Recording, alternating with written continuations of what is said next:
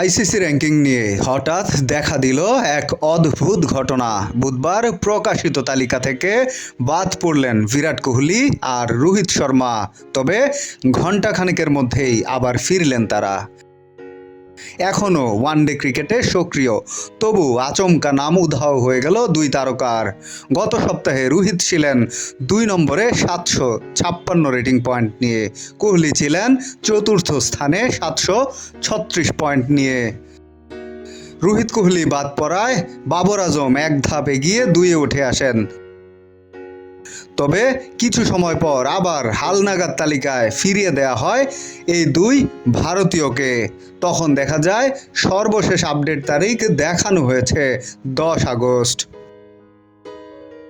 আইসিসির নিয়ম অনুযায়ী গত 9 থেকে 12 মাস ওয়ানডে না খেললে কোনো ক্রিকেটারের নাম র্যাঙ্কিং থেকে বাদ দেয়া হয়, কিন্তু কোহলি রোহিতের ক্ষেত্রে তা প্রযোজ্য নয়, কারণ তারা মার্চে চ্যাম্পিয়ন্স ট্রফির ফাইনাল খেলেছেন। এরপর ভারতও আর কোনো ওয়ানডে ম্যাচ খেলেনি।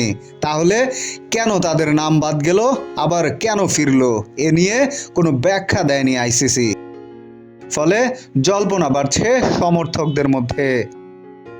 ওয়ানডে ব্যাটিং র্যাঙ্কিংয়ের শীর্ষে রয়েছেন ভারতের শুভমন গিল।